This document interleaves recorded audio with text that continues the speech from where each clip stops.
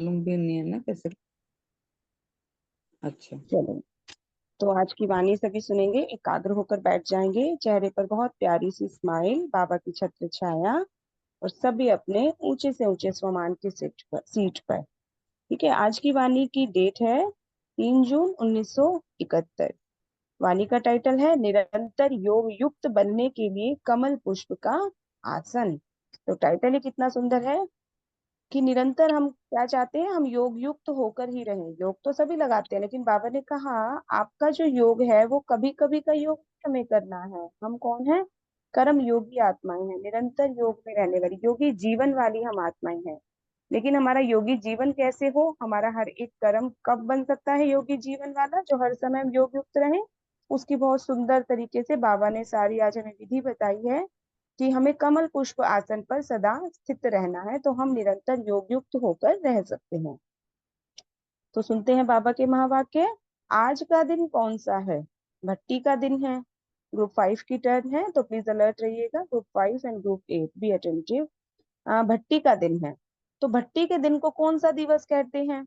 भट्टी के आरंभ का दिन, अर्थात जीवन के फैसले का दिन। तो बाबा आज भट्टी से शुरुआत कर रहे हैं। जो भट्टी में आए हैं, मधुबन बाबा के घर में भट्टी हो रही है।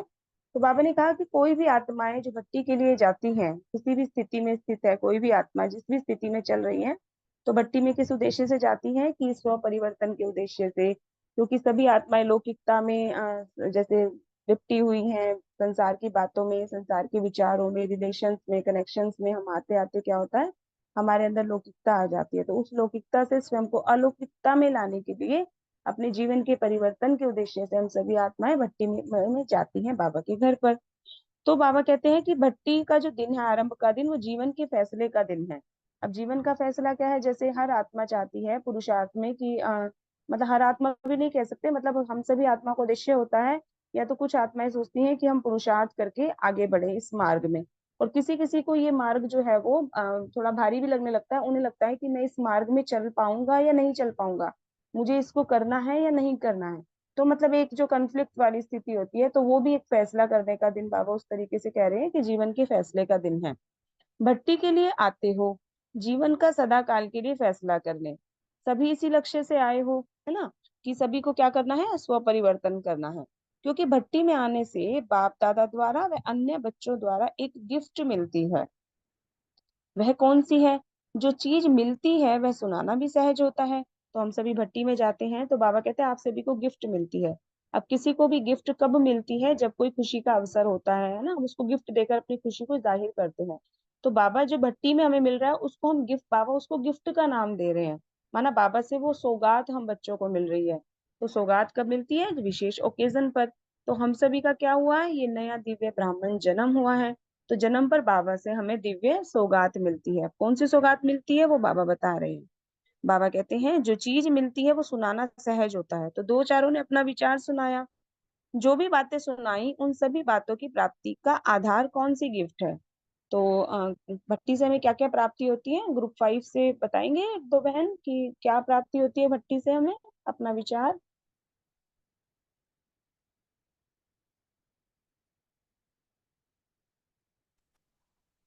Om Shanti.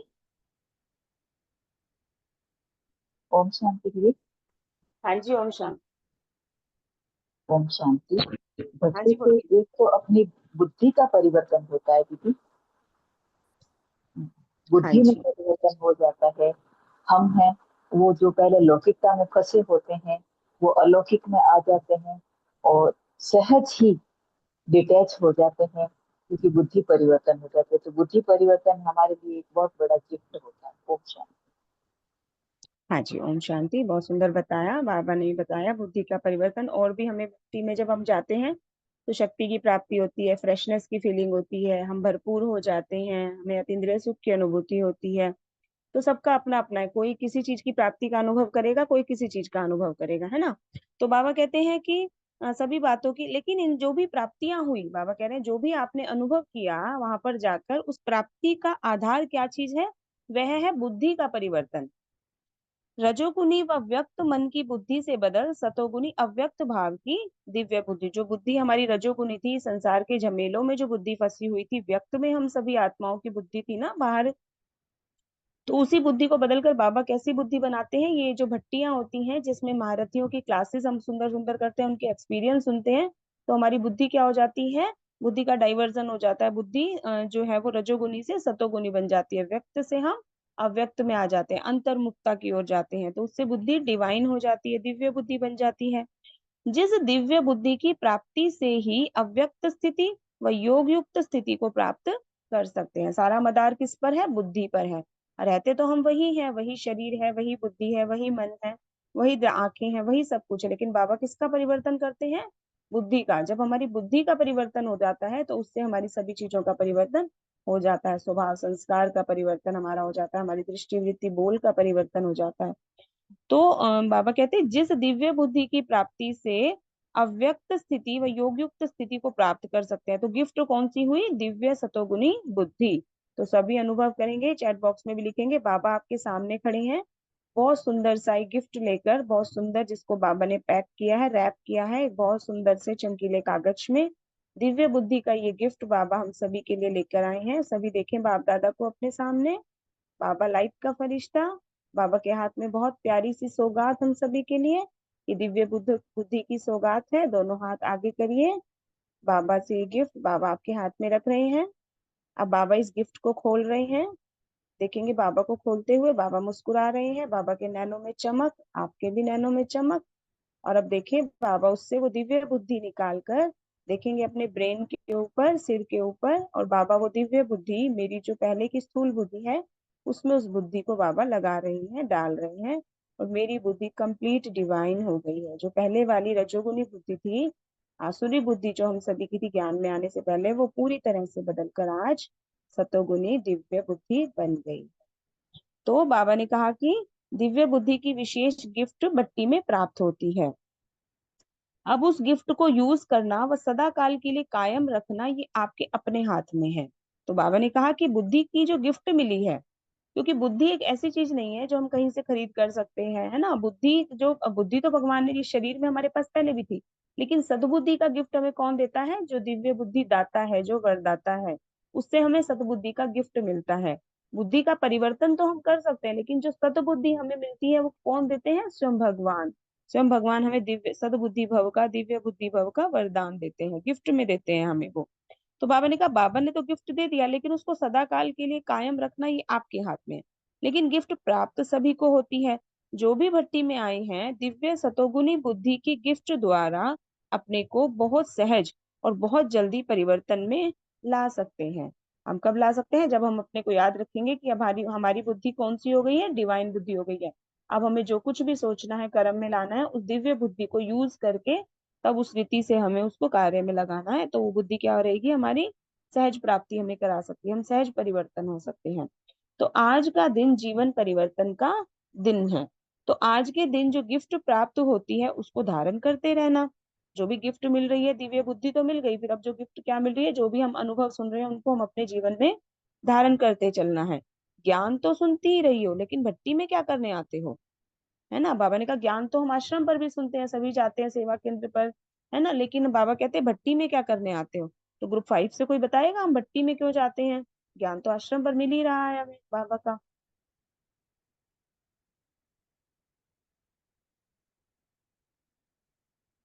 Om Shanti 5 group. Eight group से कोई बताइए। ओम ओम शांति शांति दीदी। दीदी। हाँ जी। हाँ जी दीदी, हम भट्टी में इस कारण जाते हैं, एक तो अपने को चार्ज करने, रिफ्रेश होने, और बाबा के साथ जो बाबा ने हमें लाइट देनी होती है वो हम भट्टी से बहुत प्राप्त कर लेते हैं। बाबा हमारी बुद्धि बहुत क्लियर करते हैं और हमें बहुत ज़्यादा चार्ज करके हमें भट्टी के द्वारा भेजते हैं। हाँ जी, बहुत सुंदर, शुक्रिया आपका। तो बाबा कहते हैं कि ज्ञान तो सुनते ही रही हो, लेकिन भट्टी में क्या करने आते हो। तो बाबा ने कहा कि वहां पर जो हम ज्ञान सुनते हैं उस ज्ञान को हम अपने जीवन में प्रैक्टिकल लाइफ में हम कैसे यूज करें। तो बाबा ने कहा उसका स्वरूप बनने के लिए आते हो। बहन ने भी बहुत अच्छा बताया। तो ज्ञान स्वरूप बनने के लिए आते हो, वो ज्ञान हमारे जीवन का हिस्सा कैसे बन जाए, कैसे हम उसको अपनी प्रैक्टिकल लाइफ में यूज करें, प्रयोग में लाएं वो हमें वहां पर हम सीखते हैं जाकर।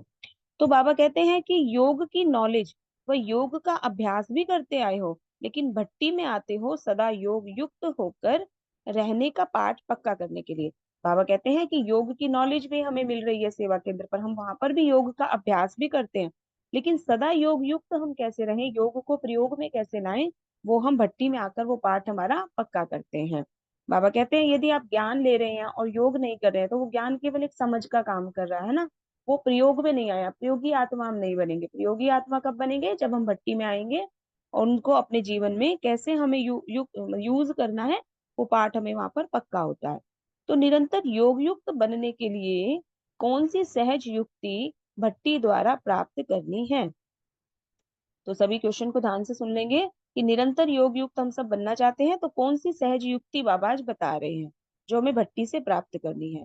हठ योगी जो हठ या तपस्या करते हैं, तो तपस्या तपस्या के समय आसन पर बैठते हैं, आसन लगाते हैं, योगासन करते हैं। भिन्न भिन्न आसन होते हैं उनके, शीर्षासन है और बहुत तरह के आसन करते हैं ना। तो बाबा ने कहा कि तो आप लोगों के लिए भी सदा योग युक्त बनने के लिए कौन सा आसन है। आसन माना अपनी स्थिति की सीट पर सेट होना। तो बाबा कहते हैं कि निरंतर योग युक्त अवस्था सहज रहे, इसके लिए बाप दादा सहज आसन बता रहे हैं। और हमारा कौन सा आसन है, आसान आसन है एकदम, है ना। राजयोग जो हम सीखते हैं आसान आसन है, और वो कौन सा आसन है, कमल पुष्प का आसन। तो बाबा बता रहे हैं कि जैसे आसन पर वो लोग बैठते हैं, तो दुनिया में भी बहुत तरह के आसन होते हैं। एक सिंहासन होता है जिस पर राजा बैठता है, और भी कोई पोस्ट पोजीशन होती है, वहां पर भी आसन कुर्सी लगाई जाती है, बैठते हैं। तो हम और जो जितने भी ये साधु सन्यासी होते हैं सब हैं, ये भी अपना अपना आसन लगाकर बैठते हैं, स्थिति को अपने शरीर को एकाग्र करके बैठते हैं। इसी तरीके से हम बाबा के बच्चे भी किस पर बैठते हैं, अपनी सोमान की सीट पर सेट होकर कौन से आसन पर बैठते हैं, बैठना है हमें कमल पुष्प का आसन। और बाबा कहते हैं कमल का पुष्प तो कितना कोमल होता है ना, तो उस पर बैठने के लिए हमें कैसा बनकर बैठना है। तो बाबा कहते हैं कमल आसन कहते हो। पहले सहज आसन का नाम लिख दीजिए सभी चैट बॉक्स में, कमल पुष्प का आसन। तो कमल आसन कहते हो ना, देवताओं के जो चित्र बनाते हैं तो उसमें किस पर खड़ा हुआ व बैठा हुआ दिखाते हैं, कमल के ऊपर। तो निरंतर कर्म करते हुए भी सहज योग युक्त बनने के लिए सदैव कमल आसन अर्थात अपनी स्थिति कमल पुष्प के समान रखेंगे तो निरंतर योग युक्त बन जाएंगे।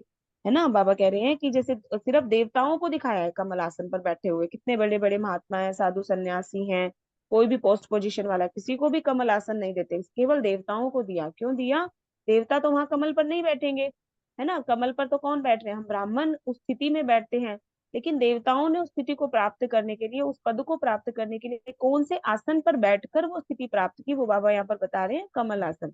क्योंकि कमल आसन का भी बाबा हमें कब बता रहे हैं, कमल किसमें खिलता है, कीचड़ में खिलता है। तो ये दुनिया भी जब बिल्कुल कीचड़ के समान हो जाती है ना, उस समय पर भगवान आकर हमें कमल आसन का जो ज्ञान देते हैं कि जैसे कमल कीचड़ में खिलकर उससे न्यारा प्यारा रहता है। अब कमल में कितना भी पानी, जहाँ पर कमल पुष्प है, अगर हम वहाँ कितना भी पानी डालें तो वो पानी के साथ साथ कमल का फूल और ऊपर आता जाता है, उसकी डंडी इतनी लंबी होती है जो उसमें डूबती नहीं है और उस कीचड़ से न्यारी रहती है, ऊपर उठती चली जाती है। तो ऐसे ही बाबा उस समय पर आकर हमें कमल पुष्प का के आसन का ज्ञान देते हैं जब ये पूरी दुनिया दलदल के समान, कीचड़ के समान है। और जो बाबा के विशेष बच्चे हैं जो इस दुनिया में रहने योग्य नहीं है, उनके लिए नई दुनिया बाबा बनाते हैं, पावन दुनिया। तो बाबा ने कहा आप कमल पुष्प को सदैव अपने सामने रखो, आपको इस संसार के कीचड़ से सदैव उपराम रहना है। तो बाबा कहते हैं तो हम योग युक्त बन जाएंगे, लेकिन कमल का पुष्प बन इस आसन पर इस स्थिति में रहने के लिए करना क्या पड़ेगा। अब ऐसे तो नहीं बैठ सकते ना, हम हैं बोझ वाले, शरीर में तो बोझ है ना। तो बाबा ने कहा कि ये क्या है, सिंबल की बात है, सिंबलाइज चीजें बाबा करते हैं ना, बताते हैं हमें कि कमल पुष्प के आसन पर बैठने के लिए, कमल का पुष्प तो बहुत ही सॉफ्ट होता है, तो उसके ऊपर अगर हम कोई भारी चीज रखेंगे तो वो तो सारा कुमला जाएगा ना। तो बाबा ने कहा कि अगर आप बच्चों को बैठना है कमल पुष्प पर, तो आपको कैसे बैठना है, अपने को लाइट बनाना पड़े, हल्का बनाना पड़े, है ना। तो हल्का भी और प्रकाश स्वरूप भी, आत्मा भी लाइट और लाइट के शरीर में, माना डबल लाइट, मन से हल्का भी रहना है और शरीर से भी क्या करना है, अपने को डबल लाइट स्थिति में बैठाना है। तो सच में हमें कमल के पुष्प पर नहीं बैठना, वो एक अपने आप को स्मृति में लाना है बार बार कि मैं कमल पुष्प आसनधारी आत्मा हूँ, कि मेरी स्थिति वैसी होनी चाहिए जैसे कमल पुष्प की होती है। तो स्थिति को सेट करना है, शरीर से हमें नहीं बैठना है, डबल लाइट स्थिति की बात हो रही है। तो कमल का पुष्प बाबा कहते कितना ज्ञान युक्त है, कितना ज्ञान भरा हुआ है उसमें। कमल पुष्प को देख ज्ञान की स्मृति आती है ना, तो कमल आसन पर विराजमान रहने से सदा योग युक्त बन सकती हो। तो आज सभी को मिल गया ना सॉल्यूशन कि हमें कैसे निरंतर योग युक्त रहना है, कि कमल पुष्प आसन पर। तो बता बाबा ने कौन सी स्थिति बताई कमल पुष्प पर आप कब बैठ सकेंगे? ग्रुप 5, ग्रुप 8, कब बैठ पाएंगे आप? डे जब डबल लाइट रहेंगे। हाँ जी, कौन कौन सी डबल लाइट बताइए? ग्रुप 5। ओम शांति ओम दीदी। हाँ जी, एक तो लाइट तो बिल्कुल हल्का, अपने आप को बोझ मुक्त करके, और एक प्रकाश में दिव्य दृष्टि और दिव्य चक्षु द्वारा। ओम शांति। हाँ जी, कि मन मन से भी हमें एकदम हल्के रहना है और लाइट के शरीर में, लाइट स्वरूप में। तो बाबा कहते हैं कि हाँ जी, तो बाबा ने कहा आसन को कभी नहीं छोड़ो। कौन सा आसन? कमल आसन। तो ये कमल पुष्प समान स्थिति का आसन सदा कायम रखना, अर्थात इस पर सदा स्थित रहना।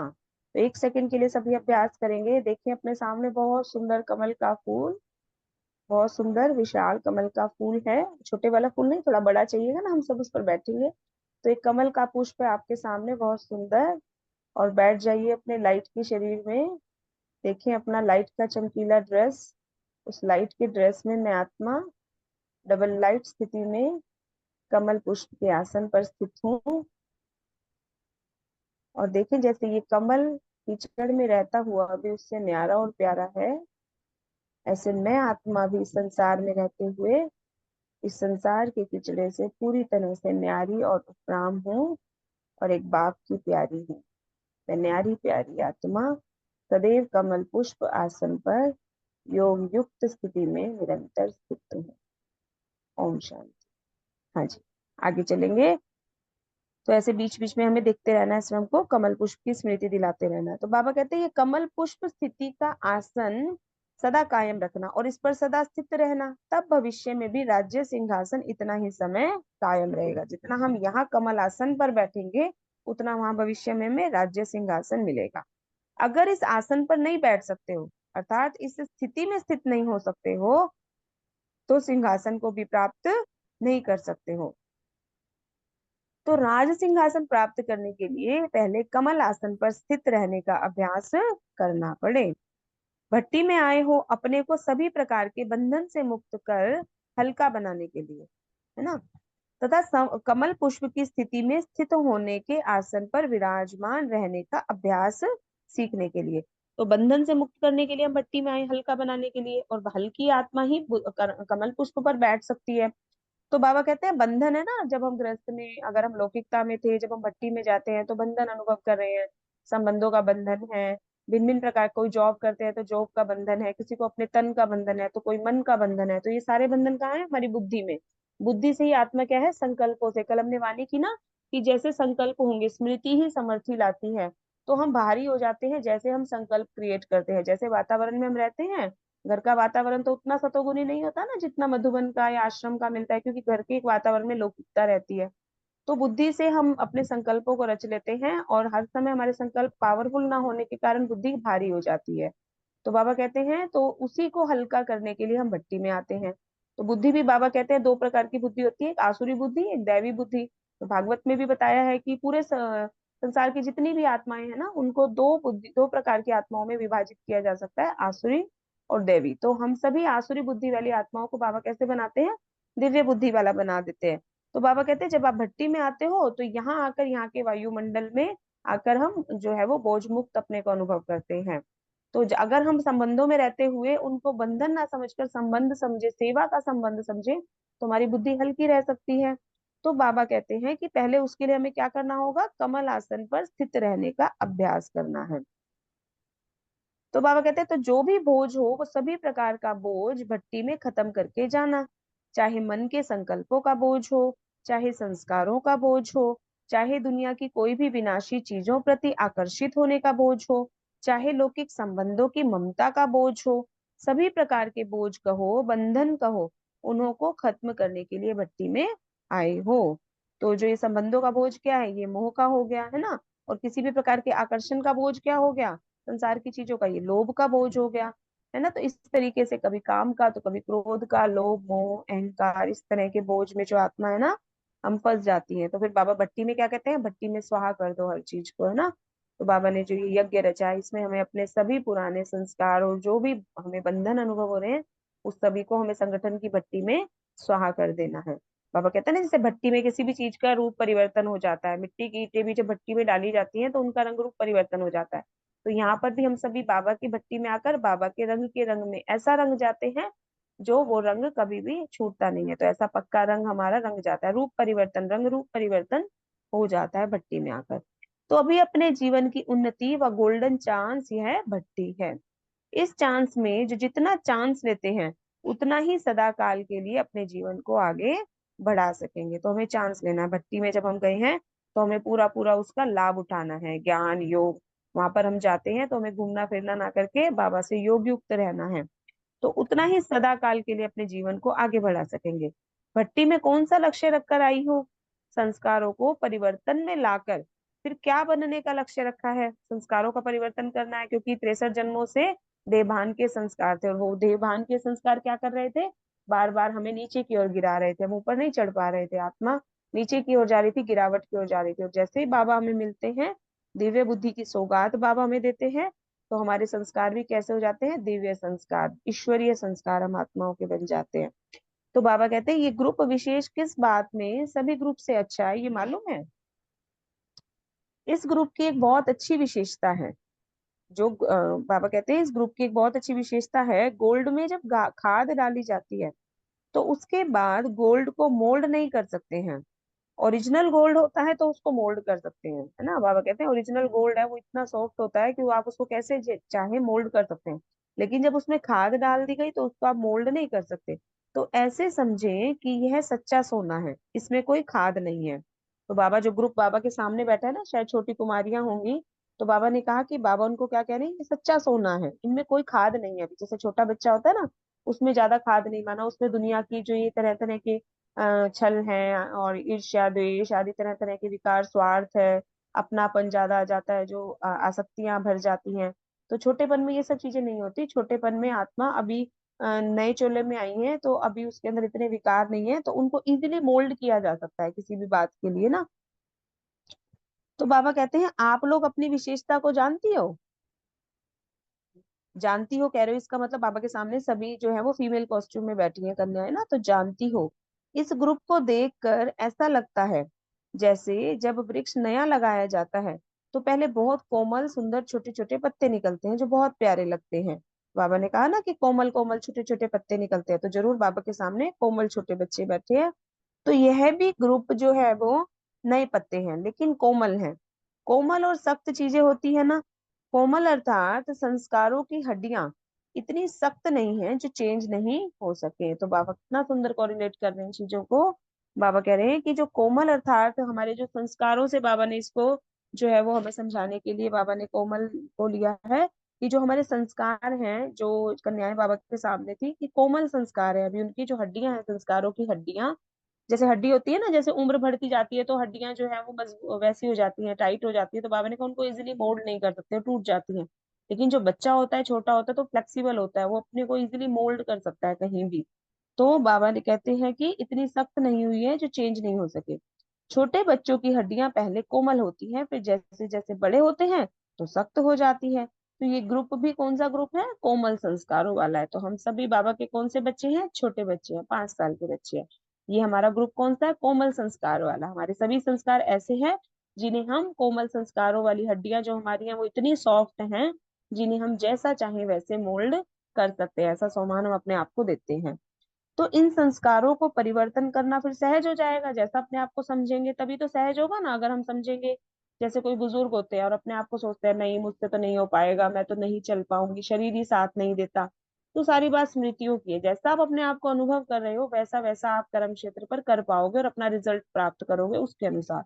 यदि आप अपने आप को नहीं मैं कर सकती हूँ, बाबा मुझ में शक्ति भर रहा है, मुझे इस चोले को देखना ही नहीं है, आत्मा तो अब भी यंग है, आत्मा की तो कोई उम्र ही नहीं है, और चोला मुझे नहीं चलाना, चोला बाबा को चलाना है। बाबा ने इस तन में अगर को अगर पसंद किया है, शरीर में मुझ आत्मा को बाबा ने चूज किया है, तो चलाने वाला तो वो ही है, वही शक्ति भरने वाला है।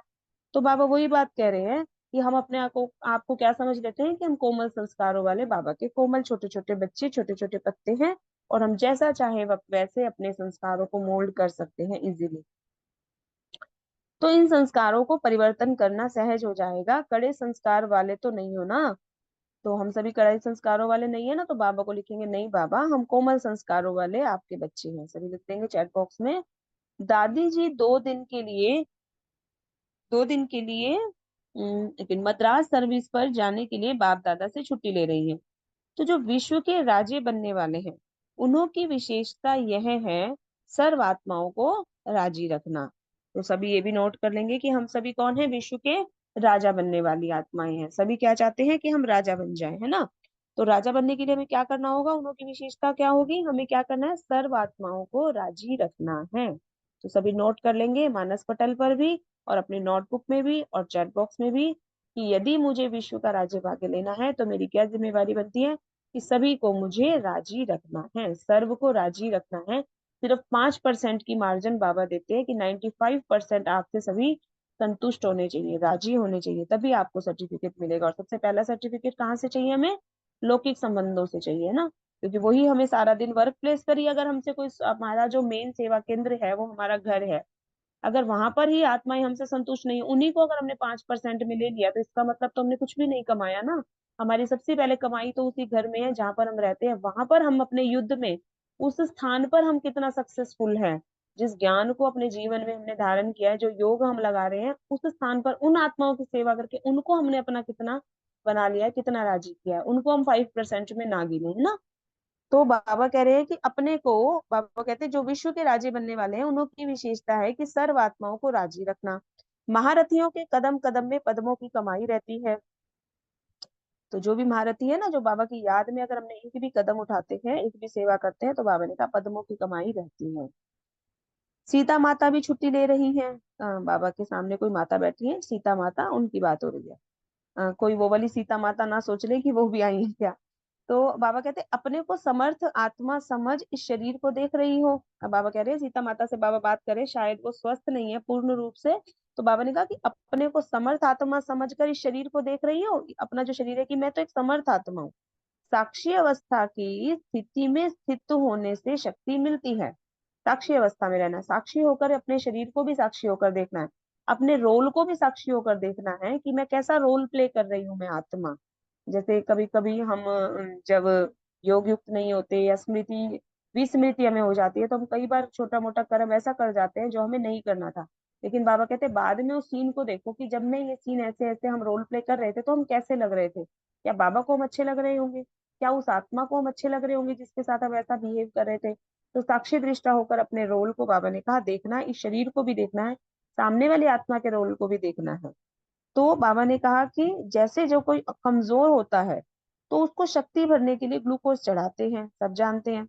तो जो अपने को शरीर से परे अशरीरी आत्मा समझते हैं, तो ये साक्षीपन की अवस्था शक्ति भरने का काम करती है। तो बाबा कौन सा ग्लूकोज बता रहे हैं हमारे लिए, अशरीरीपन की जो अवस्था है, और अशरीरीपन की अवस्था और साक्षीपन की अवस्था, दो अवस्था बाबा ने लिखी है, सभी लिख लेंगे चैट बॉक्स में कि हमें अशरीरी बनना है, तब हम शरीर से जो है वो समर्थ अपने आप को अनुभव करेंगे, अशरीरी हो जाए कुछ देर के लिए, जब आपको लगे ना कि शरीर साथ नहीं दे रहा।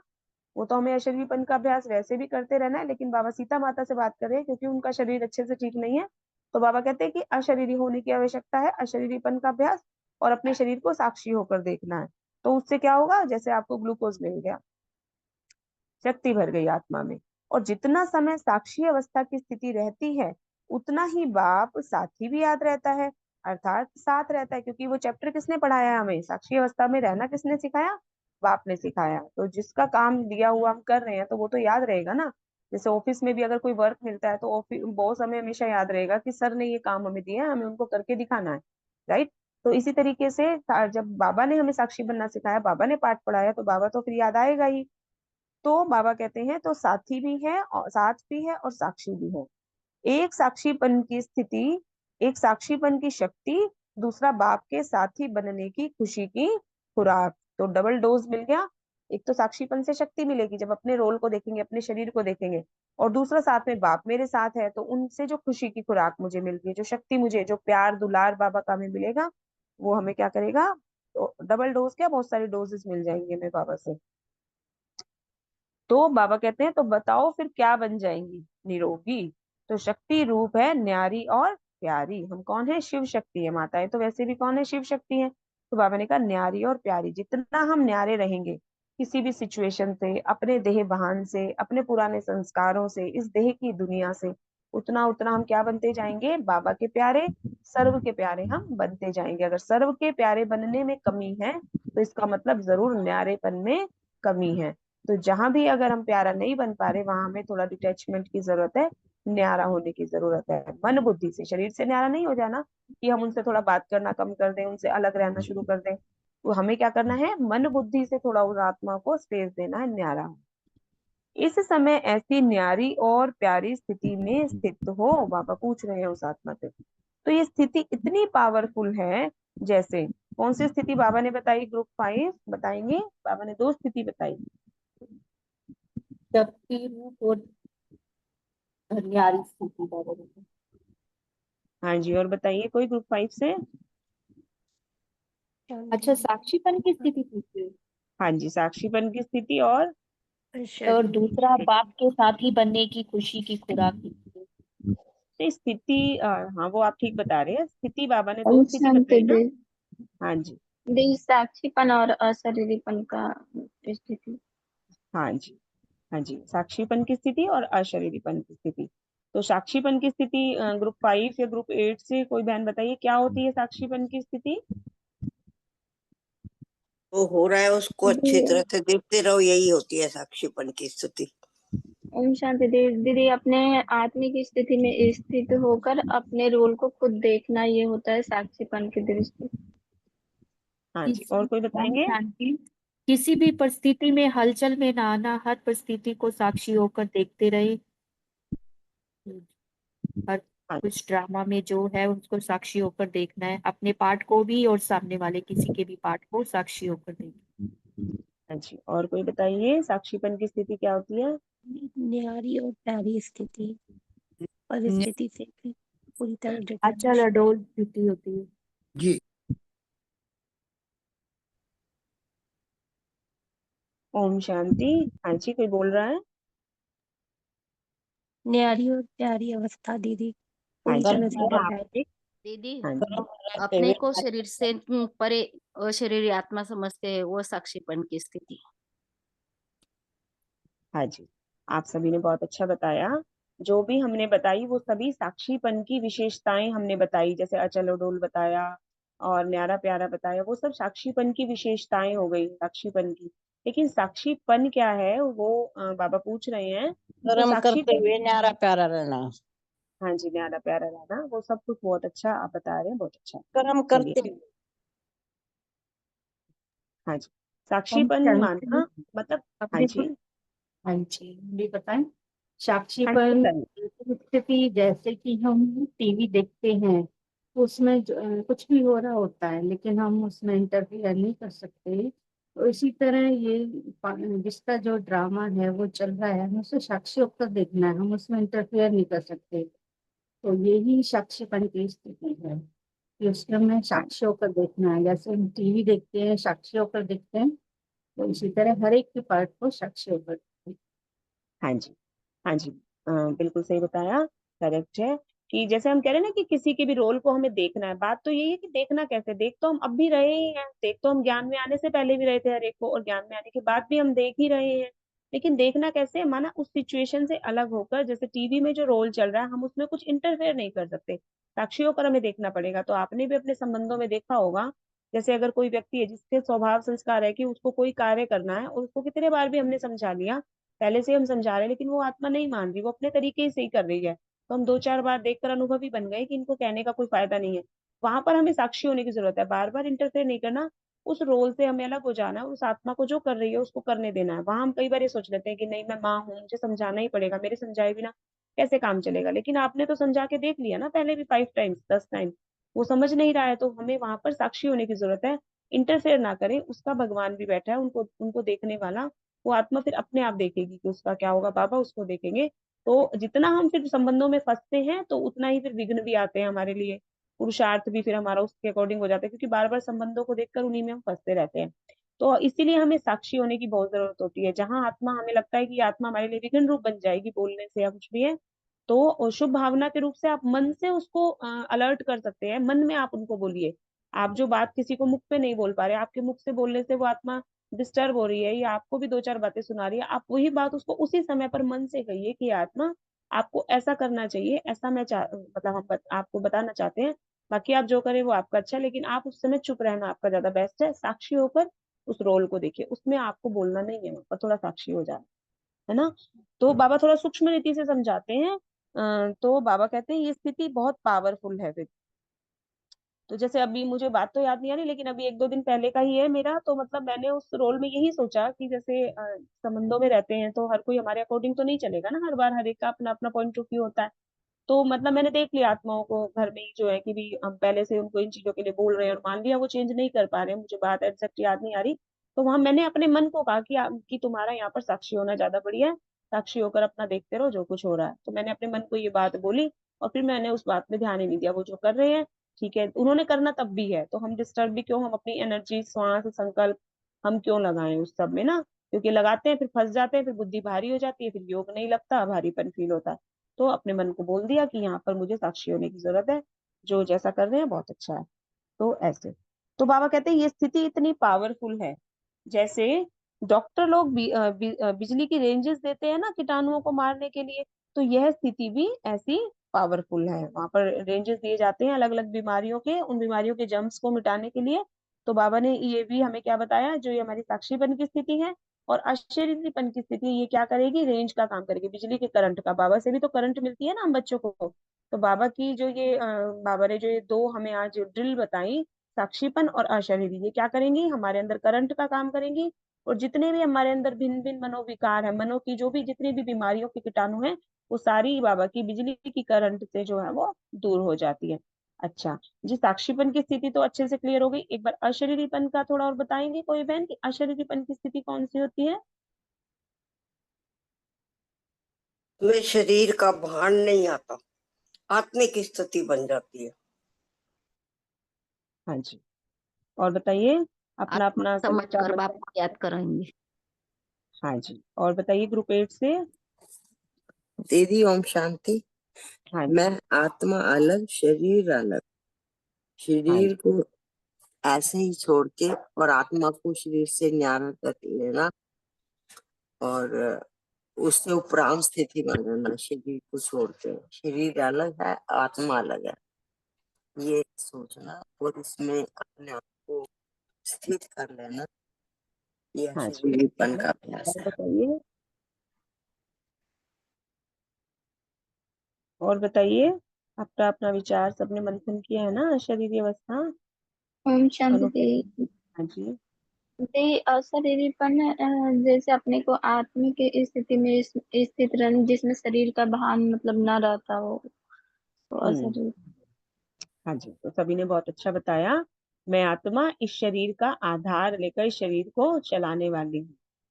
ये शरीर जो है वो केवल आधार है, मैं आत्मा इस शरीर को चलाने वाली शक्ति हूँ, ये शरीर की अधिकारी हूँ ना। आत्मा राजा बनकर इस शरीर को कंट्रोल करके जैसा इस शरीर को चलाना चाहूँ, जैसा इन कर्मेंद्रियों से मैं आत्मा कार्य कराना चाहूँ, ये शरीर की हर एक कर्मेंद्रिय हमेशा मेरे अधीन होकर हर कार्य को करे, तब हम अशरीरी अवस्था में है ना। आत्मा मैं अलग हूँ, इस शरीर से कराने वाली हूँ। शरीर के संबंध में मैं आत्मा जो है वो करावनहार हूँ। वैसे तो हम कहते हैं बाबा करण करावनहार है, लेकिन जहां बात आत्मा और शरीर की आती है तो शरीर करनहार है, लेकिन करावनहार कौन है, आत्मा है। जैसे घर में अगर कोई मेड आती है या जहां पर भी कोई अगर बॉस है और जो वो होते हैं वहां पर इम्प्लॉयज होते हैं, तो क्या होता है जैसे जैसा ऑर्डर मिलता है वैसा वैसा उनको करना पड़ता है ना। घर में भी मेड आती है तो हम जैसा जैसा मेड को ऑर्डर करते हैं, मेड को वैसा वैसा करना पड़ता है। वहां हम डिस्टर्ब नहीं होते कि मेड इतनी देर से काम कर रही है तो इसको गर्मी लग रही है या थक गई है या जो कुछ भी है, वो हमें उसकी सैलरी देनी है, तो हमें वो उससे लेना है सारा काम, है ना। तो इसी तरीके से मैं आत्मा राजा बनकर इस शरीर से जो भी काम ले रही हूँ, वो शरीर मेरे अधीन होकर सभी कर्मेंद्रियां जब काम करती हैं, तो मैं आत्मा अशरीरी अवस्था में हूँ। मैं आत्मा अलग होकर इस शरीर से कार्य कराने वाली चेतन शक्ति हूँ। तो बाबा कहते हैं कि जो 1 सेकंड में अनेक विकर्मों रूपी कीटाणु भस्म हो जाते हैं। बाबा से जो हमें करंट मिल रही है उससे 1 सेकंड में अनेक विकर्मों रूपी कीटाणु, हमसे जो विकर्म हुए हैं जन्म जन्म, वो सभी भस्म हो जाते हैं। विकर्म भस्म हो गए तो फिर अपने को हल्का और शक्तिशाली अनुभव करेंगे। अगर आप अपने को हल्का अनुभव कर रहे हैं, पावरफुल अनुभव अनुभव करते हैं, तो इसका मतलब आपके बहुत सारे विकर्म जो है वो भस्म हो चुके हैं। और यदि हम अपने आप को भारी फील करते हैं, जो खुशी हमें ज्ञान में होनी चाहिए वो नहीं हो रही है, हम पावरफुल फील कर नहीं पा रहे हैं, तो इसका मतलब अभी हमारे सिर के ऊपर विकर्मों का बोझ है। और उस बोझ को उतारने के लिए हमें क्या करना है? बाबा से लाइट की करंट लेकर उन बोझों को हमें उतारना है। अच्छा, कोई ग्रुप 5 से बताइए विकर्म क्या होता है? विकर्म के कीटाणु बाबा ने बोला ना। ओम शांति। हाँ कर्म, जी। सतयुग में हमारे कर्म विकर्म अकर्म होते हैं, सॉरी, और ये कलयुग में हमारे कम कर्म विकर्म बन जाते हैं। जो भी कर्म करते हैं हम, वो हमारे विकर्म, मतलब पाप कर्म जो होते हैं वही हमारे विकर्म है। हाँ जी, बहुत अच्छा बताया। विकर्म ही हम पूछ रहे हैं कि विकर्म क्या होते हैं। बन तो जाते हैं कलयुग में, पर कैसे बन जाते हैं विकर्म? ओम शांति। हाँ जी। हमारे विकर्म ऐसे बनते हैं जब हमारी आत्मा ये शरीर धारण कर लेती है और शरीर धारण से हम देह भान में आ जाते हैं। देह भान में आने से हमारी पर्सनालिटी जो भी हमारे अंदर वो है वो विकर्म बना देते हैं। हमें देह भान आने लग पड़ता है और देह भान से हम विकर्म बनाने लग पड़ते हैं। और जैसे ही हम आत्मिक स्टेज में आते हैं ये हमारे वो हो जाते हैं, हमें देह भान नहीं रहता ना। हाँ जी, बिल्कुल सही बताया बहन ने। जो भी कर्म हम विकारों के वश होकर करते हैं, देह भान माना विकार आ गए, देह में आते ही हमारे अंदर 5 विकार आ गए, 5 बहुत सारे विकार आ गए छोटे बड़े। तो विकारों के वश होकर जो भी हमारा कर्म होता है, और कलयुग में तो आकर हम सभी क्या बन जाते हैं? विकारी आत्माएं बन जाती है ना। तो वहां पर हर कर्म हमारा विकर्म बन जाता है, क्योंकि विकारों के वश हो रहा है। कभी हम लोभ के वश होकर कर्म कर जाते हैं, कभी मोह के वश, कभी काम के वश, क्रोध के वश, अहंकार के वश, स्वार्थ के वश, ईर्ष्या वश, है ना। तो सभी अपनी चेकिंग कर सकते हैं ज्ञान में आने से पहले हमारे सभी कर्म क्या है। अगर हम कहीं दान पुण्य भी कर रहे हैं, वो भी कहीं ना कहीं हमारा विकर्म किस लिए हो जाता था? क्योंकि देहधारियों को कर रहे थे, देह समझकर, देह के लिए कर रहे थे, तो वो विकर्म में काउंट हो जाता है, देह विकारों के वश होकर। और सतयुग में अकर्म कैसे हो जाते हैं? क्योंकि हम आत्मिक स्थिति में हैं, इसलिए उसको अकर्म बोला। अ से आत्मा, अकर्म हो गए क्योंकि सतयुग में आत्मिक स्थिति में आकर हर कर्म कर रहे हैं। और कलयुग में विकर्म, क्योंकि विकारों के वश होकर जो भी हम कर्म करते हैं वो विकर्म बन जाते हैं। तो बहुत अच्छा बताया सभी ने। तो बाबा आगे कहते हैं कि विकर्म भस्म हो गए तो फिर अपने को हल्का और शक्तिशाली अनुभव करेंगे। सदैव प्रवृत्ति को भी सर्विस भूमि समझना चाहिए। आगे ना वो बात बाबा जो कह रहे हैं, अभी ऊपर हमने बात की थी कि हमें 5% का मार्जिन जो है वो प्रवृत्ति को नहीं छोड़ना है वहां पर। तो जो अपनी प्रवृत्ति है, जहां पर भी हम ग्रस्त में बाबा ने हमें भेजा है, वो हमारी कौन सी भूमि है? सर्विस भूमि है। बाबा का मधुबन घर तो हमारे लिए रेस्ट हाउस है, वहां पर तो हम 5-6 दिन के लिए मौज करने के लिए जाते हैं ना। लेकिन हमारा जो प्रैक्टिकल पेपर जो होना है वो कहाँ पर होना है? वहां पर हम पढ़ाई पढ़ने के लिए भी अगर जाते हैं, लेकिन बाबा ने कहा कि प्रैक्टिकल पेपर, वहां पर थ्योरी होती है, प्रैक्टिकल पेपर देना पड़ता है ना। हर एग्जाम का प्रैक्टिकल पेपर भी जो होता है तभी उसके फुल मार्क्स मिलते हैं। तो प्रैक्टिकल पेपर हमारा कहाँ पर होगा? जो हमारा एग्जामिनेशन हॉल है, और वो एग्जामिनेशन हॉल हमारा कहाँ है? हमारा घर है। हमारे घर में जितने सदस्यों के संबंध में हमारे हैं वो सभी कौन है? उन्हीं के साथ ही तो हमारा सबसे ज्यादा कड़ा हिसाब किताब है। और अगर उन्हीं को भी हमने अब चुप तो नहीं किया, संगम के अंत पर भगवान का साथ मिलने के बाद, भगवान का ज्ञान मिलने के बाद, अगर वही हमसे ठीक तरीके से अगर हम उनको नहीं सेटल कर पाए, तो हिसाब किताब तो हमने खड़ा ही छोड़ दिया ना। क्योंकि बाहर वालों के साथ तो सभी जानते हैं कि हम थोड़ा समय के लिए मिलते हैं, और वहां पर तो हम एक अलग रूप से बात करते हैं, वहां पर सब हमारा एक मीठा संबंध रहता है। क्योंकि हमें किसी से कुछ एक्सपेक्टेशन भी इतनी ज्यादा वाली चीज नहीं है। लेकिन घर पे तो टाइम टू टाइम हम दूसरी आत्मा के संपर्क में आ रहे हैं, हर कार्य के लिए हमें दूसरे के साथ संपर्क में आना पड़ रहा है। बाहर तो हमें थोड़ी देर के लिए हाँ जी करना होता है, तो हमें भी सब पसंद आते हैं और हमको भी सब पसंद आ जाते हैं। लेकिन घर वालों के साथ स्वभाव संस्कार की जो रास करनी, बाबा ने कहा ना, 108 की माला में जो दाना होता है ना मन के का, वो दाना दाना से चिपका हुआ नहीं होता, लेकिन दाना दाने के साथ बिल्कुल एकदम लगा हुआ होता है साथ साथ में ना। तो इसी तरीके से वहां पर संस्कारों की रास दिखाई है। तो यहाँ पर भी हमें संस्कारों की रास ब्राह्मण परिवार में भी करनी है। लेकिन जो परिवार हमारा लौकिक सो अलौकिक बन गया है, क्योंकि हम उन सभी को आत्मिक दृष्टि से अब देखते हैं तो बन तो वो भी अलौकिक परिवार गया है हमारा, लेकिन पूर्ण रीति से उसमें अलौकिकता नहीं आई है।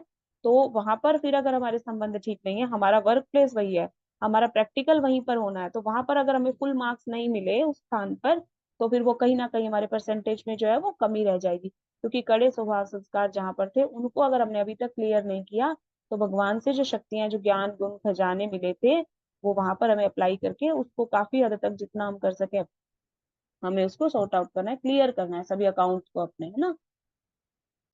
तो बाबा कहते हैं अपने को बाप दादा के अति प्रिय समझती हो, क्यों, क्या ऐसी क्या विशेषता है जो अति प्रिय हो। बाबा बात तक बात कर रहे थे ना माता से, तो बाबा ने कहा कि अपने आप को बाप दादा की अति प्रिय समझती हो, क्यों समझती हो भाई। तो बाबा कहते हैं ऐसी क्या विशेषता है जो अपने आप को अति प्रिय समझते हो। तो हम सब भी क्या समझते हैं कि बाबा के हम सबसे प्यारे बच्चे हैं, बाबा हमसे सबसे ज्यादा प्यार करता है। क्योंकि बाबा का प्यार एक ऐसा प्यार है जो हम सभी को ऐसा अनुभव कराता है कि बाबा मेरा है, मुझसे ज्यादा बाबा किसी से प्यार नहीं करता है। तो बाबा के प्यार में क्योंकि क्या नहीं है, एक्सपेक्टेशंस नहीं है, निस्वार्थ प्यार है बाबा का, छल रहित प्यार है। तो हम सभी बाबा के प्यार में फिर आकर्षित भी होते हैं, शक्तियां देता है बाबा का प्यार हमें। तो बाबा कहते हैं कि जो अति प्रिय हो, तो एक बाप दूसरा ना कोई, उनके प्यार में क्या विशेषता है, हमारे सबके प्यार में क्या विशेषता है, एक बाप दूसरा ना कोई। तो अगर हमारे अंदर कहीं अभी परसेंटेज में कमी भी है कि हमारे लिए एक बाप के अलावा कभी कभी कोई दूसरा आ जाता है, तो उसे हमें ठीक कर कर क्या करना है, एक बाप मेरे लिए सबसे पहले कौन है, एक बाप दूसरा ना कोई। किसी भी बात में सबसे पहले हमें कौन याद आए, किसी भी देहधारी से पहले पहले मुझे बाबा याद आए, फिर बाबा कोई ना कोई देहधारी जरूर मेरे लिए निमित्त बनाकर भेज देंगे उस सेवा को पूरा कराने के लिए, लेकिन हमें पहले कौन याद आए, बाबा याद आए। एक बाप है ना, जो कुछ है बाबा के साथ ही, उठना बैठना चलना फिरना सब कुछ बाबा के लिए, हर एक श्वास में बाबा ही बाबा की धुन हमारे मन में चलती रहे। तो ऐसे एक के ही लगन में रहने वाले बाप को अति प्रिय है ना। बाबा के दो चित्र दिखाते हैं ना, एक में तो बाबा ने आगे हाथ खोल रखे हैं, आओ बच्चे, और एक में बाबा के दोनों हाथ पीछे रहते हैं, है ना। सुना होगा ना सबने इस कहानी को, मतलब सुनाते हैं कि जो बच्चे बाबा को सबसे पहले बाबा को याद रखते हैं, हर कदम में पहले बाबा है, उनके लिए तो बाबा बाहें फैलाए खड़े हैं कि आओ बच्चे मेरी गोद में आ जाओ और मैं देखूंगा तुम्हारे लिए क्या कुछ करना है, तुम निष्काम हो जाओ, तुम बेफिक्र बादशाह बन जाओ, तुम्हें चिंता करने की कोई जरूरत नहीं है, मैं बैठा हूँ। और जहां बाबा के दोनों हाथ पीछे हो जाते हैं, जो सबके पास और इधर उधर देदारी से जब सारी कहीं से भी हमें सोल्यूशन नहीं मिलता, तब बाबा याद आता है कि अरे बाबा से कहती हूँ, जब सबसे हमने कह लिया होता है, तो तब बाबा भी क्या करते हैं, दोनों हाथ पीछे कर देते हैं कि बाबा, जब जहां बाबा दूसरे नंबर पर है, तो बाबा के हाथ भी फिर वहां पीछे हो जाते हैं, बाबा की मदद भी वहां दूर होती चली जाती है। तो हम सभी कौन है, बाबा की गोद में बैठने वाले बच्चे हैं, पहले नंबर पे बाबा को याद करने वाले बच्चे हैं। सभी चैट बॉक्स में लिखेंगे, हम मैं बाप की लगन में रहने वाली आत्मा, बाप की अति प्रिय आत्मा हूँ, एक बाप दूसरा ना कोई। तो बहुत ही सुंदर बाबा की शिक्षाएं, बहुत ही ज्यादा मोटिवेट करने वाली, ज्ञान रत्नों से भरपूर करने वाली। ग्लूकोज का ऐसा डोज बाबा सुबह सुबह हम सभी को चढ़ा देते हैं, जो आत्मा पूरे दिन उससे एनर्जाइज रहती है। तो हम सभी पद्मा पदम सौभाग्यशाली आत्माएं हैं, जो सारा संसार अभी, अधिकतर लोग सोए हुए हैं, अधिकतर लोग हैं जिन्होंने स्नान आदि कुछ नहीं किया, अपनी चिंताओं में उठ रहे हैं, परेशान हैं, है ना, कल की बातों का चिंतन कर रहे हैं, इधर उधर की पॉलिटिक्स की ये वो, और हम सभी कितने ज्ञान के रत्नों से, खजानों से भरपूर हो रहे हैं, बाबा माला माल बना रहे हैं। तो बहुत बहुत बहुत बधाई कि हम सभी पात्र आत्माएं हैं, परमात्मा प्यार की अनुभूति हो रही है, परमात्मा प्रेम बरस रहा है, शक्तियां बरस रही हैं, सभी भरपूर हो जाएं सदा सदा के लिए। ऐसी मंगल कामनाएं सभी के लिए, पूरे संगठन के लिए। ओम शांति। शुक्रिया आप सभी का, प्यारे मीठे बाबा का, और निमित दीदी का। ओम शांति। शुक्रिया बाबा। शुक्रिया दीदी, आज तो सारी मुरली मेरे पर ही चली है बाबा ने सारी मुरली बहुत, दिन में भी रिवीजन करूंगी और शक्तियां भरूंगी।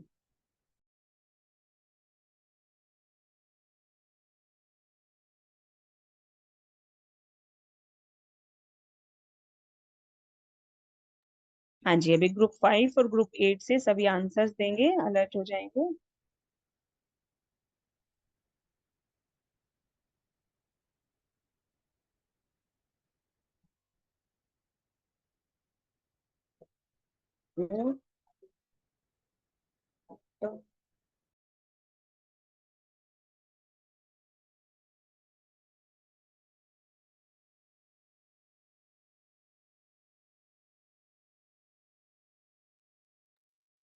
जीवन के फैसले का दिन। जीवन के फैसले का दिन। जीवन के फैसले का दिन।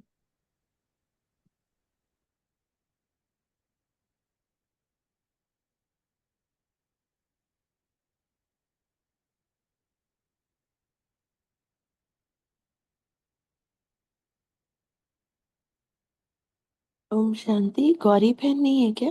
गौरी बहन क्वेश्चंस पूछ लीजिए।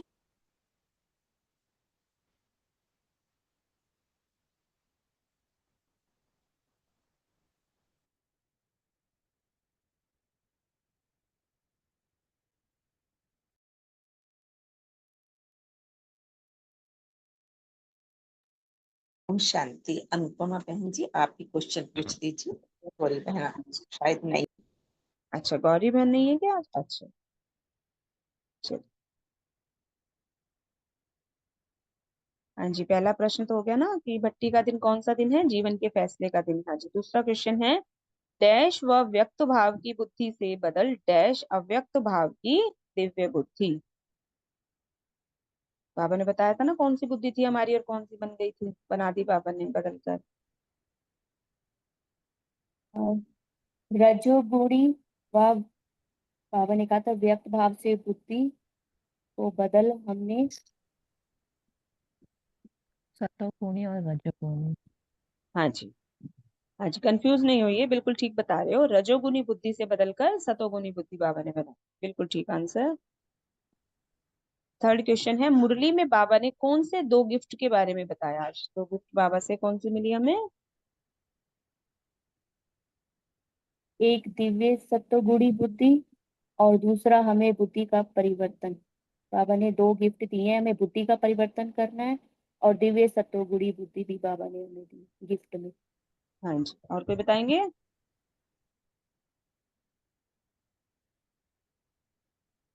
चलिए आंसर देख लेते हैं। बुद्धि के परिवर्तन की गिफ्ट और दिव्य सतोगुनी बुद्धि की गिफ्ट। बहुत सुंदर आंसर, बिल्कुल ठीक। फोर्थ क्वेश्चन है, अव्यक्त स्थिति व योग युक्त स्थिति को कैसे प्राप्त कर सकते हैं?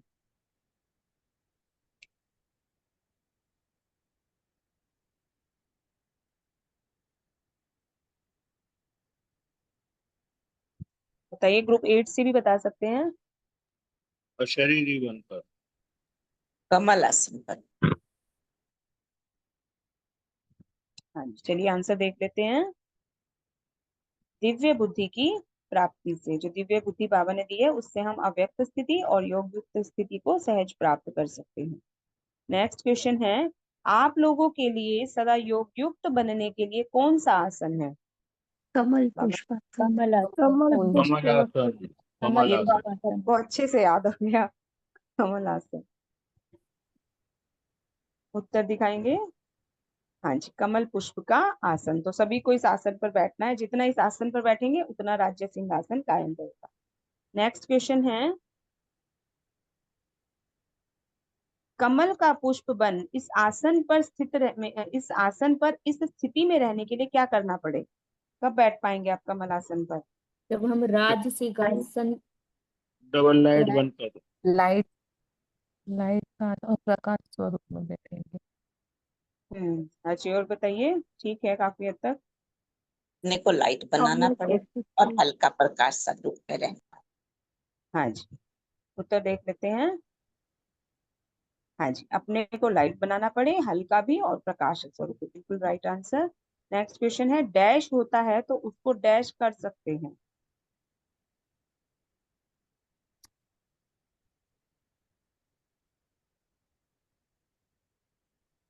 ओरिजिनल गोल्ड होता है तो उसे मोल्ड कर सकते हैं। हाँ जी, आंसर शो करेंगे। हाँ जी, ओरिजिनल जो गोल्ड होता है उसको मोल्ड कर सकते हैं, बिल्कुल ठीक आंसर दिया। हाँ जी, निरोगी अर्थात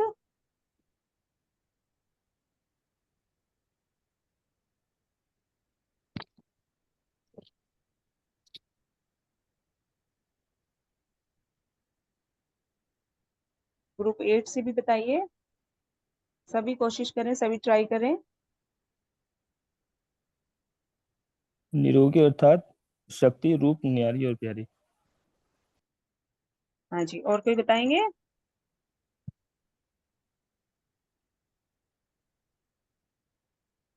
और सब भी बोलिए, सभी पार्टिसिपेट करिए ना। चलिए आंसर शो करिए। हाँ जी, बिल्कुल ठीक, शक्ति रूप न्यारी और प्यारी। नेक्स्ट क्वेश्चन, नेक्स्ट है पहेली। देखिए, इस पहेली से बाबा का गीत बताइए।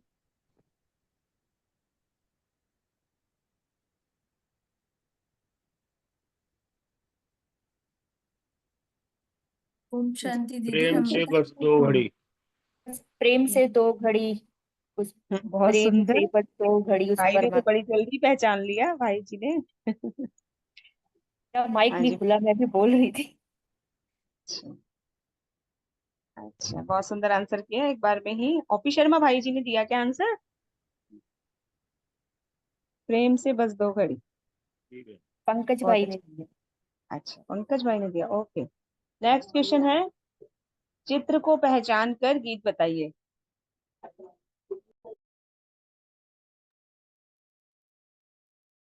दिल से कहो मेरा बाबा।